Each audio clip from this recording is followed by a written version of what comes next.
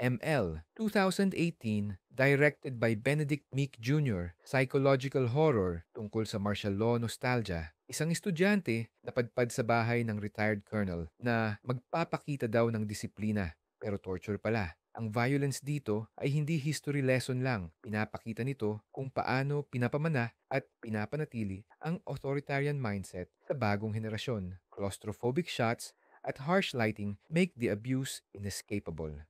EDSA XXX, 2014, directed by Cavan de la Cruz Wild, chaotic satire, imagining a future na paulit-ulit ang revolutions pero walang totoong pagbabago. Cavan uses absurdity para ipakita na kapag walang structural reform, kahit ilang EDSA pa, babalik at babalik ang parehong sistema. Grotesque visuals at delirious editing turn political rituals into empty performances. The Kingmaker, 2019, directed by Lauren Greenfield documentary tungkol kay Imelda Marcos at kung paano ginawa ulit sikat at glamorous ang Marcos name. Greenfield exposes na propaganda is not just lies, it's an entire marketing machine. Pinapakita kung paano binabaliktad ang history gamit ang PR, spectacle at philanthropy. Warning ito, trauma pwedeng gawing nostalgia at pwedeng mabura ang collective memory kapag magaling ang branding. Dekada 70, 2002, directed by Chito S. Roño. Adaptation siya ng nobela ni Luwalhati Bautista. Pero hindi ito parang history class na puro dates at events. Dito, martial law ay kinuwento sa mata ng isang ina, si Amanda. Sa simula, gusto lang niyang maging mabuting nanay, iwas sa politika, para ligtas ang pamilya. Pero habang tumitindi ang violence at repression, napipilitan siyang mag-take ng stand. Dito mo makikita na ang public violence pumapasok mismo sa pribadong espasyo. Dekada 70 reminds us, ang personal ay political at sa bawat montages ng news clippings at radio reports plus yung slow burn acting ni Vilma Santos, malinaw ang mensahe, repression doesn't just silence rallies, sinisira nito ang pamilya mismo. Liway, 2018, directed by Oebanda. Based sa totoong buhay ng direktor, Liway ay kwento ng bata na lumaki sa loob ng detention camp noong martial law. Pero hindi ito dark lang. For the sake of dark, pinakita rin yung resilience ng nanay niya na gumagamit ng mga kwento, kanta at laro para mapanatiling buo ang innocence ng anak. Politically, pinapakita ng pelikula na ang tinatawag ng estado na terorista ay may puso, pamilya at sakripisyo. Yung maliliit na gestures, lullabies, rituals, nagiging form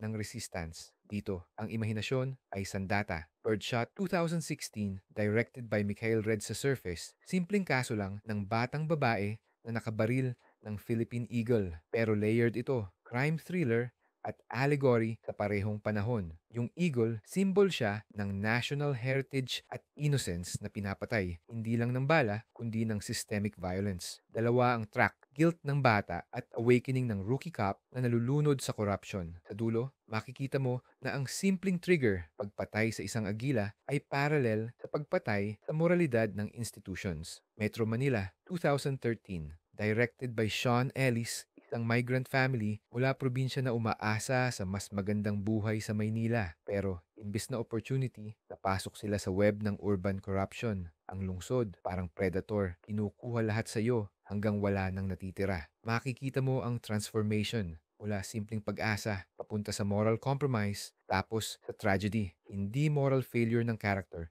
ang problema dito, kundi systemic trap ng poverty, exploitation, at criminal networks. Metro Manila exposes na ang better life in the city ay madalas myth lang na ginawa para patuloy tayong mag-feed sa system. Citizen Jake, 2018, directed by Mike De Leon. Si Jake, isang journalist na anak ng corrupt politiko, ay trapped sa conflict ng truth versus loyalty. Gumagamit si De Leon ng halo-halo, archival footage, monologues, at staged scenes para ipakita kung gaano kahirap maging moral kapag malapit ka sa kapangyarihan. Theme nito, political dynasties, captured institutions, at fake neutrality ng media. Dito, truth ay curated at kadalasan family ties ang nagiging excuse para hindi kumilos. Ang Panahon ng Halimaw, 2018, directed by Lav Diaz for Our rock opera in black and white na anti-entertainment on purpose. Set sa fictional fascist regime, bawat kanta at eksena ay paulit-ulit mabagal at nakakapagod para maramdaman mo ang dahan-dahang pagpatay ng freedom at memory. Ang halimaw dito ay bureaucracy at fear, hindi mythical creature. Propaganda songs, catchy pero empty. Show kung paano pwedeng gamitin ng art para isel ang oppression. Hindi ito pelikula lang. Experience siya ng stagnation at pression mismo.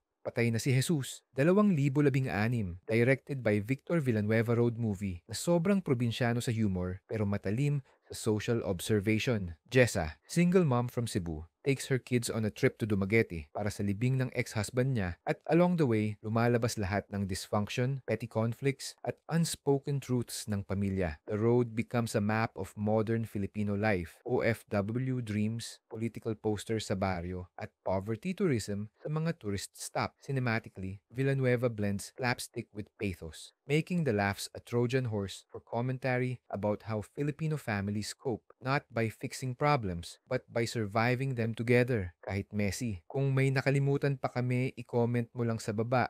Maraming salamat sa panonood at kung nagustuhan mo tong video na ito, huwag mong kalimutan mag-like, share at subscribe. Makakatulong yan sa amin.